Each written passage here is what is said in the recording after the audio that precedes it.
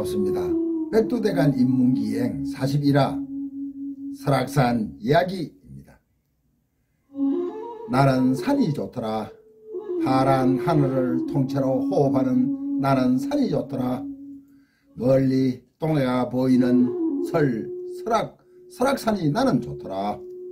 산에는 물, 나무, 돌, 아무런 오해도 법률도 없어 내 발로 뛸 수도 있는 원상 그대로의 자유가 있다. 고래고래 과음을 쳤다.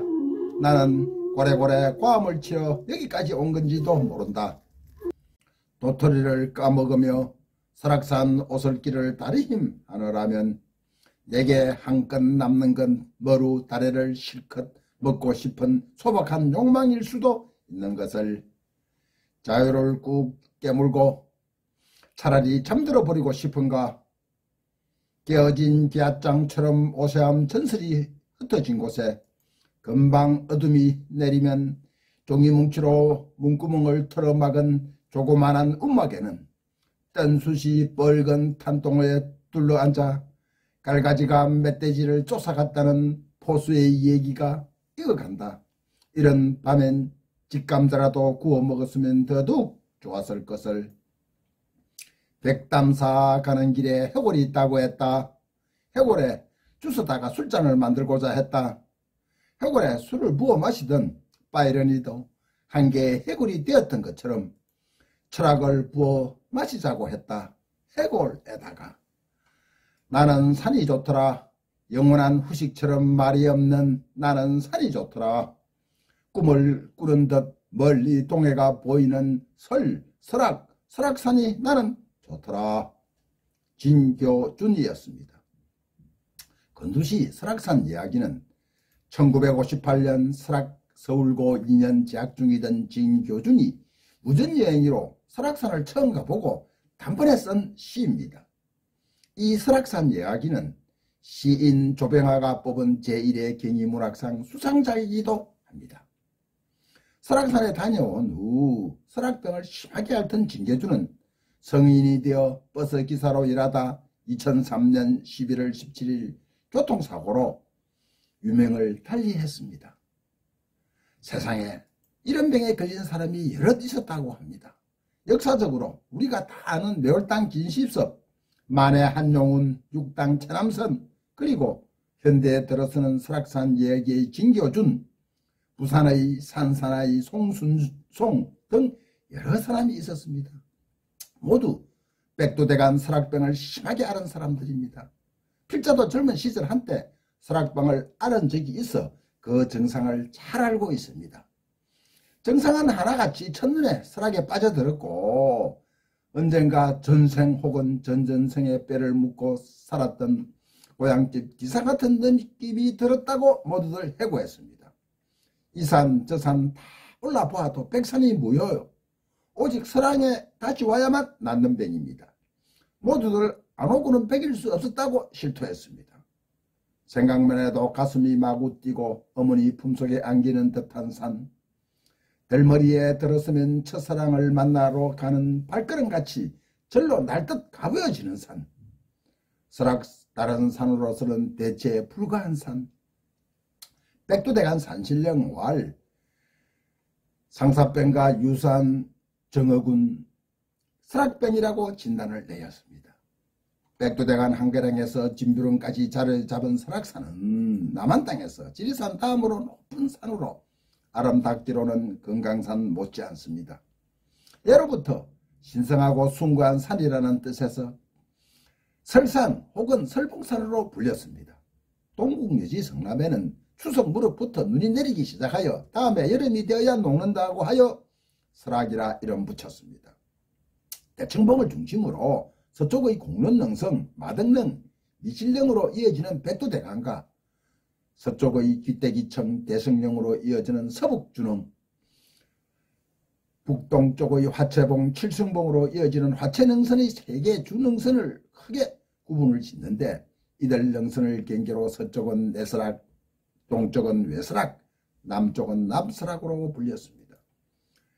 필자뿐만 아니고 설악병에 걸린 사람들 이구동성으로 기운각, 대피소 문음의 고기에서 바라본 신선대, 천불동 계곡의 안봉, 양폭 망견대에서 올라본 용화, 공룡, 천하대 리치, 천하대 리치에서 되돌아본 설악, 수렴동, 하야동, 구곡담, 12선녀탕의 팔당, 하늘에서 쏟아지는 대성폭, 소성폭, 한여름 토항성 중단에서 알탕을 해보지 않거나 깡깡얼은 토항성 상단을 후론도 포인팅으로 올라서지 봐야 진정한 설악병을 앓을 수 있다고 실토하기도 했습니다. 설악산 하면 제일 먼저 떠오르는 인물로 김오세라고 불렸던 매월당 김시섭입니다. 5살 때 세종에게 비상을 하다마다 붙어진 이름입니다. 조선 후기 학자 이건창의 명리당집에는 설악산 오세암 장경비각에 설악산에 오세암이라는 암자가 있는데 김선생의 옛 거주지다. 세상에 전하기로 선생은 신동으로 임금께 나아가서 뵙고 비단을 내려받아서 이런 이름이 생겼다. 후에 장대해졌지만 사람들이 오히려 김오세라고 불렀다.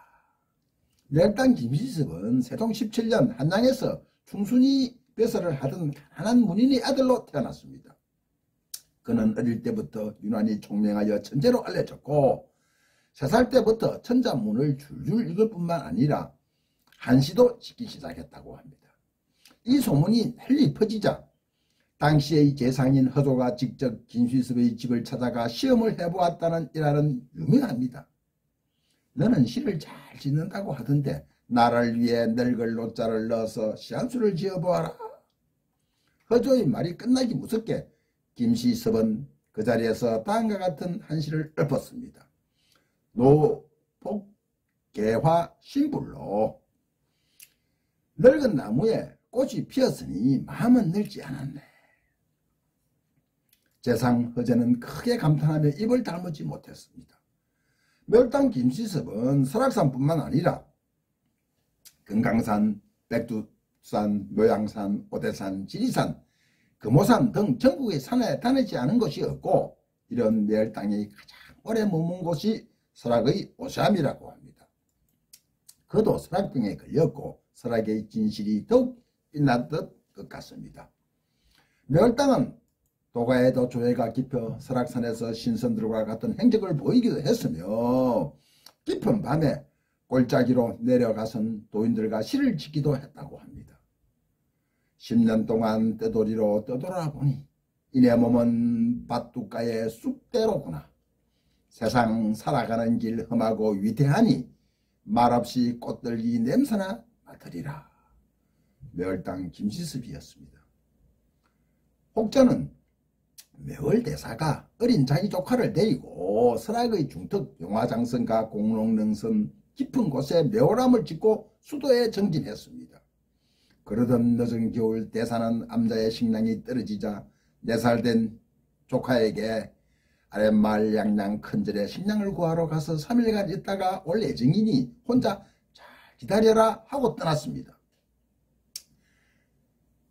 대사는 조카가 먹을 3일분 양식을 남겨놓고 암자를 떠나서나 양양에서 식량을 구해 돌아올 무렵 폭설이 내려 5자가 넘게 쌓였습니다.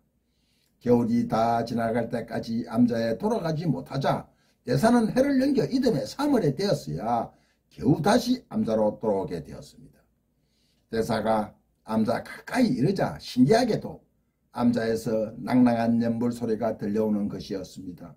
기쁜 마음에 급히 달려가 보니 어린 조카가 불상 앞에 앉아 목탁을 치며 관세음보살 관세음보살을 연호하고 있었습니다. 끊임없이 연별하고 있었습니다.